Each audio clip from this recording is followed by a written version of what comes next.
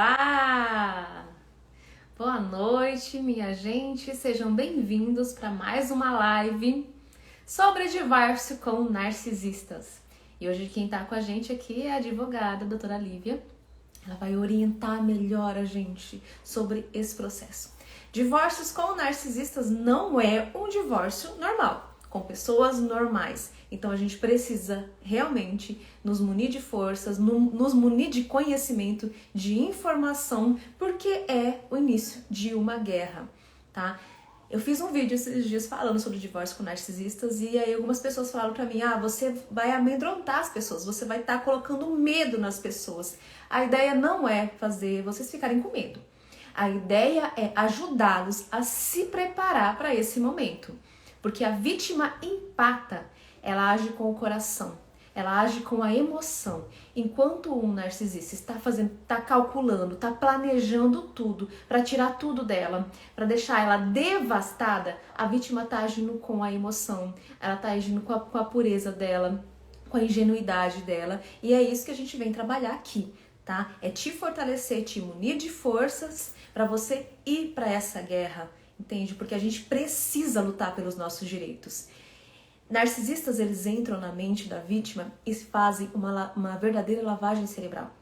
Ele vai te culpar por você ser interesseira, ele vai te dizer que você é interesseira, ele vai te dizer que você quer as coisas que ele tem, ele vai te convencer que você não tem direito a nada, ele vai te torturar nessa área do dinheiro, porque narcisistas são egoístas, narcisistas só pensam neles e tudo que ele puder tirar de você e um pouco mais, ele vai tirar.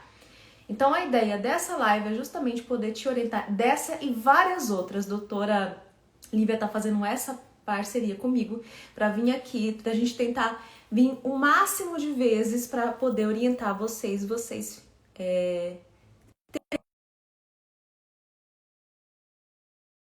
Então fica aí ligadinho com a gente, fica aí grudadinho na gente para você realmente se orientar.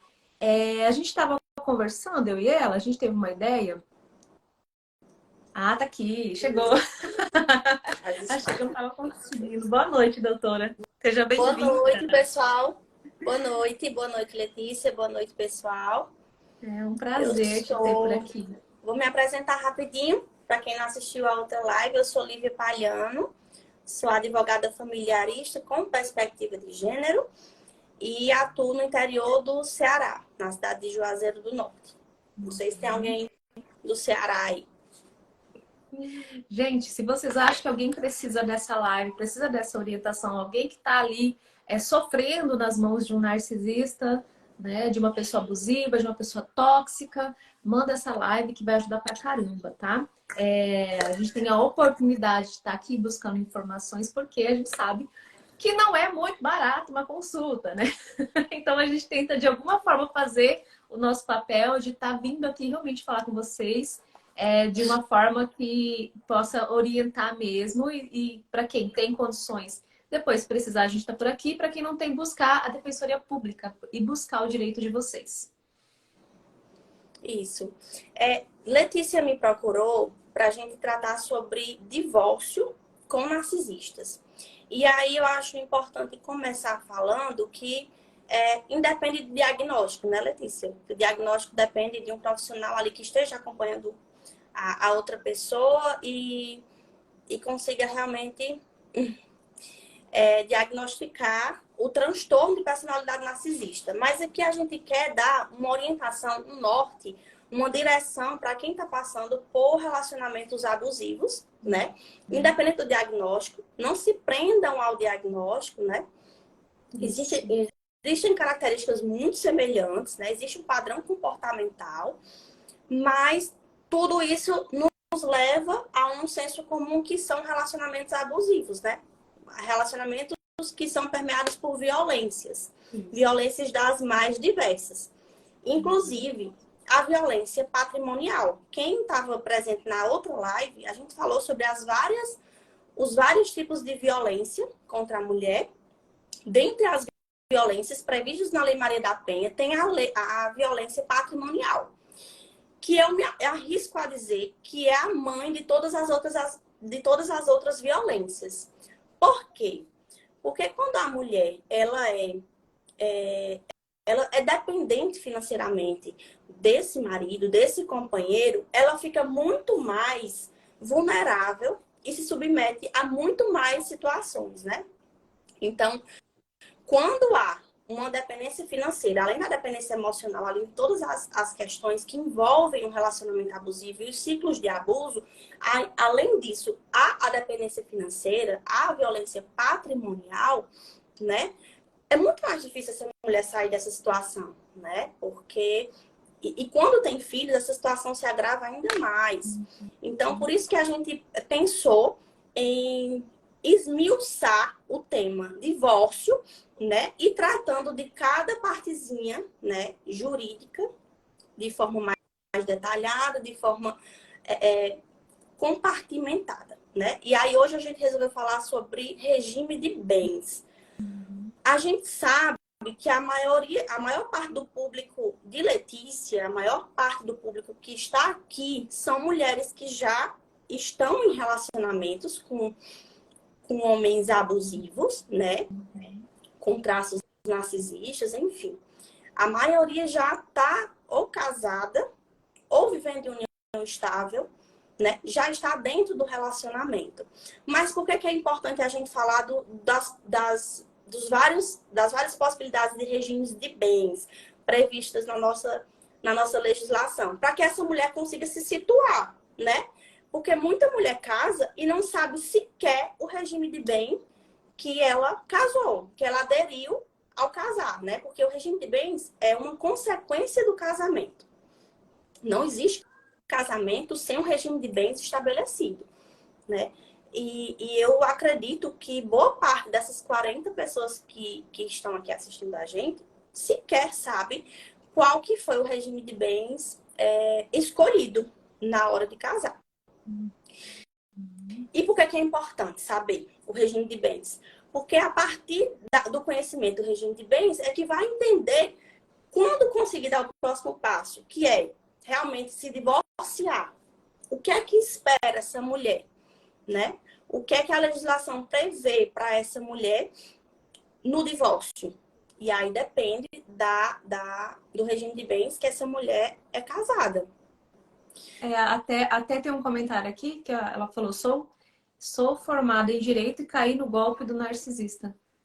Sim, porque aí é a questão emocional, né, Letícia? A dependência emocional, que aí a mulher fica totalmente...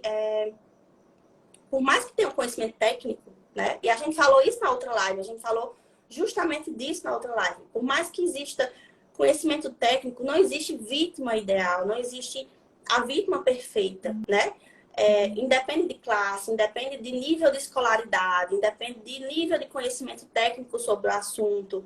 Psicólogas, psiquiatras, advogadas, delegadas, juízas, passam por relacionamentos desse tipo, né? E muitas vezes, doutora, não está nem ligada à dependência emocional. É porque eles são muito sedutores. E o empata, a pessoa que é empata, ela está agindo no coração. Ela não acredita que aquela pessoa é capaz daquelas maldades. Ela não acredita que aquela pessoa pode enganar tanto, com tanta facilidade, levar ela. Tanto é que uma das coisas que eu bato na tecla aqui sempre com as minhas meninas é: faça um contato zero depois, porque por mais que você já viu que ele é agressor, por mais que ele já te roubou, toda vez que ele chega com um papinho em cima de você, você acaba caindo. Porque a gente sente muita dificuldade de identificar, inclusive psicólogos. Não tá no papel tanto de psicólogos que caem na lábia de narcisistas, né? Porque eles são, sim, muito sedutores, são muito envolventes e se você é empata, você tem uma grande chance de cair nessa conversa. Sim. Quando eu trato de dependência emocional, é uma dependência emocional justamente criada e plantada, né? Pelo modus operandi desse tipo de relacionamento. Porque existe um ciclo, o ciclo do abuso, e esse ciclo, ele gera essa dependência. É proposital, né? É calculado, é pensado. Então, assim, o que eu quero deixar muito claro aqui é que todas nós somos possíveis vítimas, né? Para que nenhuma mulher se sinta constrangida por estar nessa posição, mas que também não se reduzam ao lugar de vítima, né? É importante a gente se reconhecer enquanto vítima para poder sair desse lugar, mas é importantíssimo também entender que a mulher não se reduz à vítima. Ela é muito mais do que uma vítima de um relacionamento abusivo, né? Ela é uma profissional em potencial, ela é uma mãe, ela é uma amiga, ela é uma mulher, ela é um ser humano inteiro. Então, é diferenciar isso. É importante me reconhecer enquanto vítima da relação? É fundamental para sair, porque enquanto a mulher não se reconhece nesse lugar de vítima, ela não sai. Ela não sai, ela acha que o problema está nela, ela acha que ela é insuficiente, ela acha que ela precisa melhorar, ela acha que é uma questão a ser trabalhada nela, né? Então, quando ela entende, não, aqui é uma relação de violência. Então, relação de violência existe o quê? Existe a pessoa que pratica a violência, existe a pessoa que sofre a violência, né? Então, é se reconhecer enquanto vítima para sair dessa situação, mas não se reduzir ao lugar de vítima, né? É se apropriar, se empoderar, protagonizar a própria vida, né? E aí, vamos tratar um pouquinho sobre o regime de bens. Eu já vi algumas mulheres aí falando, elas pelo menos sabem o regime de bens que se submeteram ao casar. Só um pouquinho antes da senhora falar, só vou dar um adendo aqui. Gente, aqui no cantinho aqui tem um ponto de interrogação. Se você tiver uma pergunta bem específica, você vai lá, clica lá e digita a sua pergunta, porque eu vou depois tirar print e vou mandar para a doutora. E aí amanhã ela vai responder a sua pergunta bem específica lá no Instagram dela, nos status, tá? Que aí ela vai te dar essa consulta, esse amparo lá nos status dela amanhã. Então, se você tem alguma pergunta que é bem específica, que você precisa de uma atençãozinha, você clica aqui nesse ponto de interrogação que eu vou printar a sua pergunta e vou mandar para ela, tá? Que aí amanhã ela vai responder para você, tá bom? Pode Isso continuar, doutora. Nesse momento aqui a gente precisa falar de uma forma mais geral, né? Para as mulheres se situarem aqui, entenderem mais ou menos onde elas estão, com o que elas vão precisar lidar no próximo passo, que é quando elas tomam coragem e realmente se divorciam, né? Procuram a justiça para se divorciar. E aí, se tiver uma coisa mais específica, mais uma situação mais peculiar, eu já vi aqui uma pergunta, que é uma pergunta que dá para a gente encaixar aqui, que é uma pergunta bem geral e que é muito comum, Letícia, entender que mesmo não sendo casada no civil, ela tem os mesmos direitos no divórcio. A gente vai falar sobre isso. Que sim, né? E vocês podem continuar mandando seus comentários aqui, interagindo, tá? À vontade. É só realmente umas perguntas mais específicas assim e vocês mandam lá. Mas podem continuar conversando, que eu tô lendo tudo aqui que vocês estão contando. Essa pergunta, eu vou começar por ela. Não é o script aqui, mas eu vou começar por ela, porque é muito comum, né? Quando a mulher não é casada no civil, ou seja, quando não tem um casamento formalizado, né? Ela vive em união estável. Se constituiu família, se coabitam, se dividem uma vida, né? Se dividem ali as despesas, enfim, o dia a dia. Constituíram família, mas não tem formalizado, é uma união estável. E o que é que a legislação prevê? Para uma união estável, se aplica o regime de comunhão parcial de bens, que é o regime, é como se fosse quando as partes silenciam, a legislação aplica esse regime de bens imediatamente, automaticamente. Então, assim, se na hora de casar, ou se numa união estável não faço um pacto antenupcial esclarecendo qual regime de bens que eu quero aderir, a legislação automaticamente entende que você está aderindo ao regime de comunhão parcial de bens, certo? Então, vamos lá. Tem o regime de comunhão universal de bens. O que é que quer dizer, em linhas gerais? Quer dizer que tudo que existia de bens antes do casamento, de um e de outro, e tudo que se constituiu, tudo que se comprou no curso do casamento é dos dois. Então, em caso de divórcio, todo o montante pega tudo que era meu, tudo que era dele, tudo que era nosso e divide, né? Tem a meação. Então, no regime de comunhão universal de bens, é tudo de todo mundo, certo? Tudo que tinha antes do casamento e depois do casamento, inclusive herança, né? Vamos supor que a mulher herdou uma casa do pai antes de casar. Vai ser partilhado no momento do divórcio? Vai. Se o regime de comunhão for universal de bens, vai ser partilhado. E aí tem o segundo, o regime complementar, né? Que é o que a legislação já prevê quando a gente silencia, que é o regime de comunhão parcial de bens. O que é que quer dizer esse regime aí? O que a gente tinha antes fica sendo de cada um. Eu tinha uma casa, o fulano tinha uma casa e um carro, continua essa casa sendo minha, essa casa, esse carro sendo dele. Mas o que a gente construir no curso do casamento, a gente divide. Então, em caso de divórcio, se você aderiu ao regime de comunhão parcial de bens, o que era meu, continua sendo meu. O que era dele, continua sendo dele. O que é nosso, vai ser partilhado. Certo? Independente de quem pagou a conta. Isso é muito importante a gente frisar aqui. Porque existem muitas mulheres que elas ficam responsáveis pela economia do lar. Por que eu digo economia do lar? Porque é economia mesmo. Economia do chamada de economia do cuidado. Porque essa mulher que gasta tempo cuidando da casa, da comida, do cuidado com os filhos, ela é a base da engrenagem da economia mundial. Imaginem se todas as mulheres que vivem, que não têm trabalho remunerado, resolvessem parar. Todas elas, de repente, resolvessem parar. Hoje nós não trabalharemos. Hoje nós vamos descansar. A economia mundial parava. Uhum. Ia ser um colapso, né? Ia ser um grande colapso. Então, assim, por que é importante a gente dizer isso? Porque muitas mulheres, elas chegam... Exemplo maravilhoso que a senhora deu. Muitas mulheres chegam, né, para se divorciar e acham que não tem dinheiro sequer para pagar a advogada. Quando, na verdade, elas têm patrimônio, inclusive. Mas elas não sabem disso, né? Porque acham que porque o cara pagou, porque o cara tinha um trabalho remunerado, foi ele que foi lá comprar o bem, porque foi ele que comprou a casa, porque foi ele que comprou o carro, é só dele. E não é assim. No regime de comunhão... ele faz questão de falar isso todos os dias para ela. Sim, sim. Então, assim, se o regime for de comunhão parcial de bens, e aí vamos lembrar, quem vive em união estável, que é aquele pessoal que não casou no civil, tá submetido a esse regime aqui que eu tô falando, tá?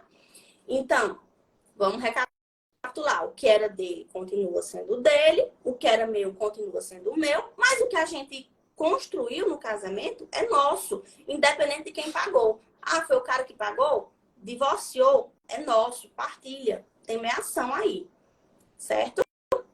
Existe um outro regime, que é o regime de separação total de bens. Que aí esse regime, o nome já é autoexplicativo, né? É quando o que era meu continua sendo meu, o que era dele continua sendo dele, e o que a gente comprou no curso do casamento vai ser da propriedade de cada um, da titularidade de cada um ali que comprou. Então, não há confusão, não há comunicação patrimonial nesse caso, certo?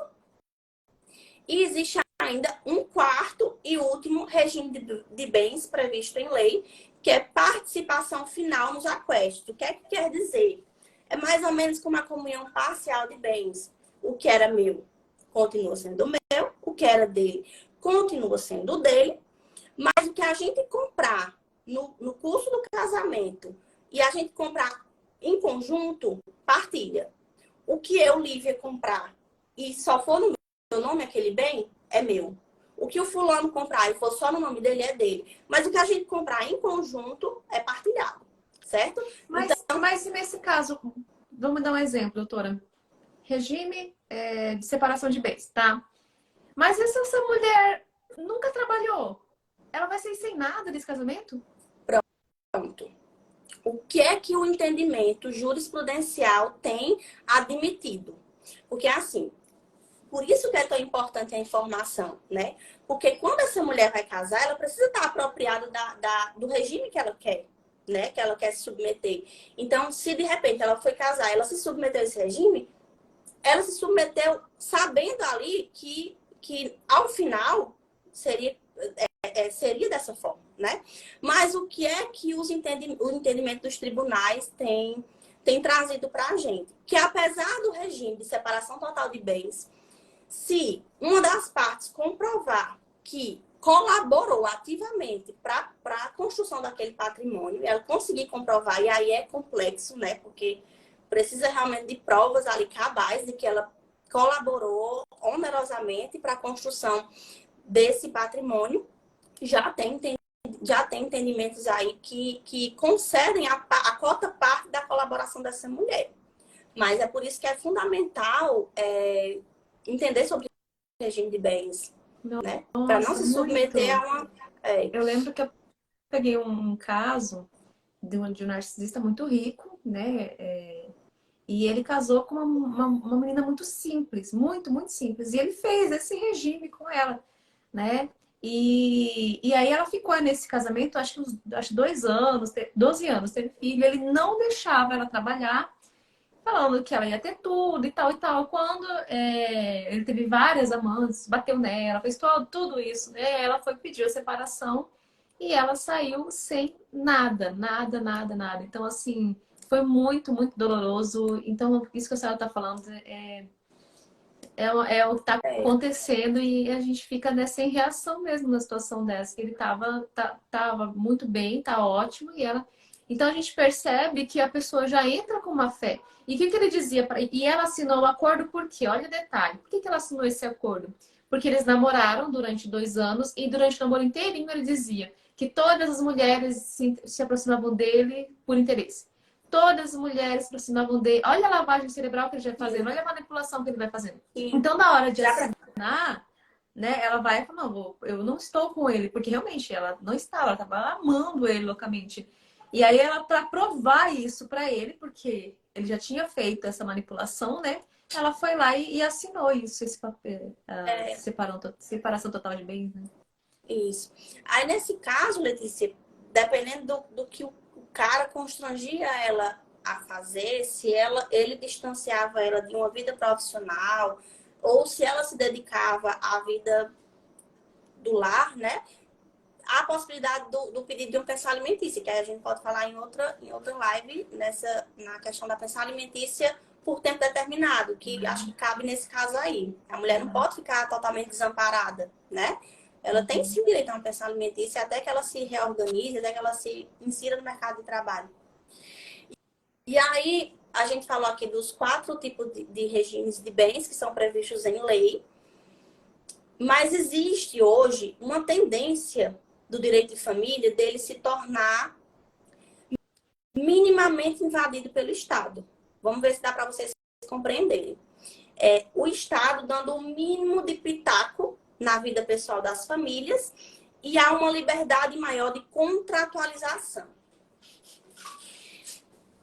Eu acho que isso é um ganho, né? Desde que exista diálogo. E a gente sabe que diálogo é o que menos existe em relação abusiva.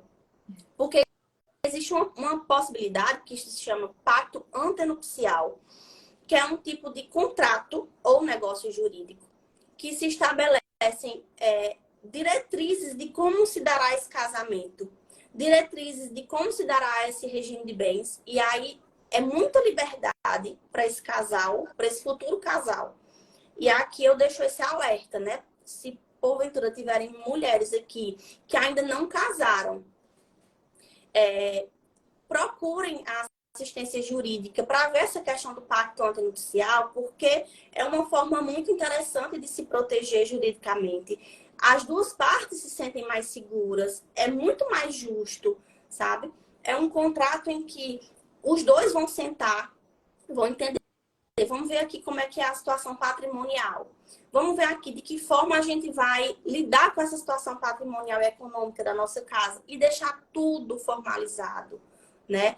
Acordo de boca, os advogados cansam de dizer, né? A gente cansa de dizer, acordo de boca não vale nada. Então, tudo formalizado. O pacto antinupcial, ele previne uma série de conflitos, uma série de surpresas desagradáveis, né? Porque lá a mulher e o homem também tem a oportunidade de falar o que é mais confortável para ela, patrimonialmente falando, economicamente falando e existencialmente falando. Porque esses pactos admitem, inclusive, multa por infidelidade, por exemplo.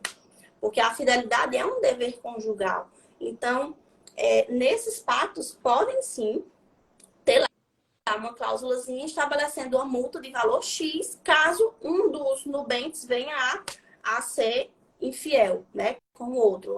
É um tipo de indenização prévia. Então, eles acordam antes que, em caso de descumprimento dos deveres conjugais, a incidência dessa multa de caráter indenizatório. Uau, interessante, né? Gente, se você tiver alguma pergunta específica para a doutora, você clica aqui, tem um pontinho de interrogação aqui do lado. Aí você manda a sua pergunta específica para ela, que amanhã ela vai te responder com story lá no Instagram dela, tá? É só você. Eu vou printar e vou mandar para ela, ela vai responder lá nos stories dela. Então, se você tem uma dúvida bem específica aí, quer tirar como advogada, você só manda para ela, tá? Que é sobre o divórcio com narcisista. Eu Pode queria continuar, deixar doutora. só um alerta aqui. É, se você tá num relacionamento, tá num namoro ainda, tá num noivado, enfim, tá conhecendo a pessoa e você não se sente confortável, você sente que tem ali um mal-estar para conversar sobre o futuro, se não existe intimidade suficiente para conversar sobre patrimônio, para conversar sobre construção de patrimônio, sobre dinheiro mesmo, como é que vai ser aqui?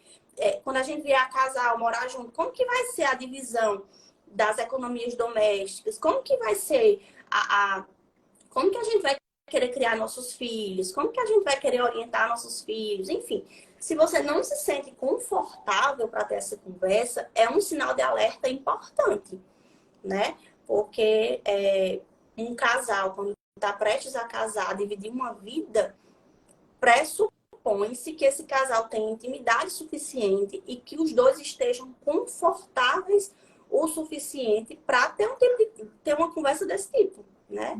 Então, é um alerta importante e se precaver, né, minha gente? Se precaver, consultar um advogado antes de casar, né? A defensoria pública, enfim, dá um Google mesmo, dá uma lida aí sobre regime de bens, sobre a parte jurídica mesmo da coisa e não acreditar só na conversinha, né? Só na conversinha, não. Vamos formalizar as situações aí. Deixa eu só ler alguns comentáriozinhos que tem aqui. Silvana, eu vi que você está mandando bastante comentário, tá? Tá ótimo. Li todos eles, tá? Muito obrigada por alertar as pessoas que estão aqui. Eu achei legal esse aqui, ó. O que faz com um cara que não faz o divórcio e fica manipulando? Pronto, é outra questão básica, mas super importante, né? Porque tem muita mulher que diz assim, ele não me dá o divórcio. Minha gente, então existe isso do cara não querer dar o divórcio, né? Decidiu que quer divorciar, procura assistência jurídica, seja um advogado particular, seja a defensoria pública, e entra com divórcio litigioso. Não precisa esperar que o cara concorde com tudo que você está propondo ali a ele um divórcio consensual. Então, o cara não me dá o divórcio, isso não existe, tá? Isso não existe. O judiciário está aí para isso. Tá aí para isso. Propõe um divórcio litigioso e deixa o juiz decidir aí. Né? Não Você é fica livre, você não tem esperando, que né? pedir autorização dele para separar, né? De Você forma é alguma. livre.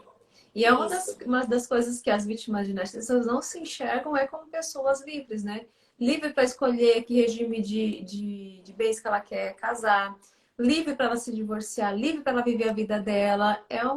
O que o narcisista faz? Ele tira toda a liberdade dela, né? Ele consegue manipular de algum jeito, de poder, conseguindo controlar todos os passos dela, até mesmo o pensamento da vítima ele quer controlar a opinião dela sobre diversos assuntos, né? Vamos ver aqui. Tá. Pode. Deixa eu ver. Tem uma pergunta aqui que eu acho interessante a gente falar, que é assim, é Fernanda que fala. Já estou com o divórcio nas mãos, mas ele diz que não vai mais querer saber da vida do meu filho e ainda ameaça. Duas coisas. A primeira coisa é a gente vai trazer uma outra live falando sobre guarda, né? Sobre a guarda dos filhos, que é um motivo de muita angústia de muita mulher na hora de decidir pelo divórcio. Ah, como que vai ficar o meu filho, né? A partir dessa minha decisão. E aí vem mais uma sobrecarga de culpa nessa mulher. A gente vai trazer, a gente vai falar sobre isso depois, né? Sobre essa guarda. E ameaça crime, né? Então vamos dar um nome certo às coisas e procurar providências mesmo. Procurar a delegacia da mulher, faz um boletim de ocorrência. Isso Vamos mesmo. documentar essas violências, minha gente, né? Vendo se tem mais alguma pergunta aqui. O que mais que tem no seu script? Eu acho que era isso, assim. A questão dos regimes de bens, que a gente explicou aqui, né? De forma Isso, bacana. mais genérica. E o alerta da possibilidade do pacto antinupcial, eu queria muito que ficasse na cabeça das mulheres que ainda não casaram, que estão aqui, que há a possibilidade de fazer um pacto antinupcial, que é um instrumento jurídico que vai deixar as duas partes mais seguras, né? E de forma mais justa. Tem uma pergunta aqui que ela fez algumas vezes. Sou casada há 50 anos. Acho que ela perguntou quais os direitos que ela tem, enfim. Dentro de um Todos. casamento. O nome dela é Cirlânia, eu acho. Cirlânia, vai depender muito se você vive em união estável, se você é casada. Se casada, qual regime que você aderiu na hora de casar, né? Teria que saber mais detalhes aí para poder te orientar melhor. Tem data para entrar com o divórcio? Já estou Não, separada há 8 anos. a qualquer tempo. Bacana, bacana. Isso mesmo. Acho que é isso, Letícia. É isso, doutora. É bom que a gente faz uma live bem breve, porque é um assunto pesado, né? E a gente vai destrinchando. Então a gente vai trazer para vocês, fiquem ligadinhos aqui com a gente, que a gente vai trazer para vocês os próximos passos que a gente vai dando. A gente dividiu todo porque senão é muita informação, aí vocês acabam não captando tudo. Não captando Mas primeiro isso. Porque a intenção aqui é que vocês captem o máximo de informações possível para aplicar na vida prática, sabe? Para aplicar mesmo. E aí, o que tiver de dúvidas sobre regime de bens,